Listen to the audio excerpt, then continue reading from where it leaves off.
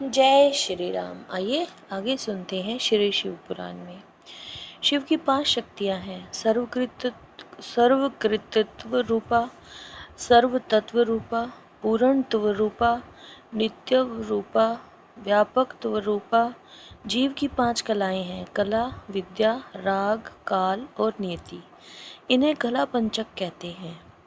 उनका नाम कला है जो कुछ कुछ कृतत्व में हेतु बनती है और कुछ तत्व का साधन होती है। उस कला का नाम विद्या है।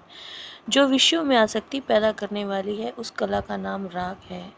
जो भाव पदार्थों और प्रकाशों का भासनात्मक रूप से कमर्षय अवच्छेदक होकर संपूर्ण भूतों का आदि कहलाता है, वही काल है।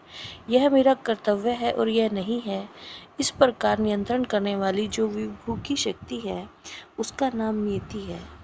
उसके आक्षेप से जीव का पतन होता है।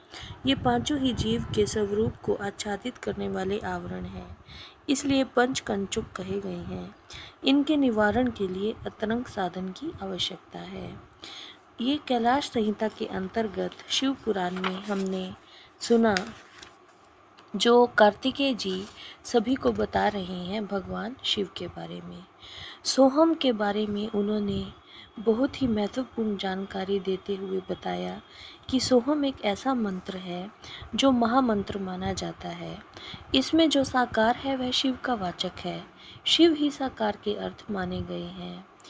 जो सोहम है, अगर उस मंत्र का निर्माण देखें तो हंस है, पद को उलट देने से सोहम बनता है। ज्ञानम बंध है, यह दूसरा शिव सूत्र है। शिव सूत्र के साथ साथ इसमें अलग अलग तत्व बताए गए जो शिव रूप हैं, महेश्वर रूप हैं और विद्यात्मक तत्व हैं। साथ ही साथ इसमें ये भी बताया गया कि जो पहला 5 मिथुन हैं, जिनमें से पहला मिथुन है आकाश, दूसरा वायु, तीसरा अग्नि, चौथा जल और 5वां पृथ्वी। इनमें आकाश से लेकर पृथ्वी तक के भूतों का जैसा स्वरूप बताया गया है, उसके बारे में वर्णन किया गया है। आकाश में एकमात्र शब्द ही गुण है। वायु में शब्द और स्पर्श 2 गुण हैं। अग्नि में शब्द, स्पर्श और रूप 3 गुण हैं।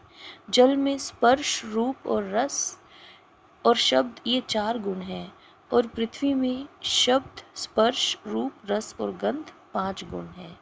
तो हर गुण में अलग अलग महत्व बताते हुए बताया गया है कि आकाश में एक शब्द है, वायु में, आकाश में जो शब्द है वो गुण है।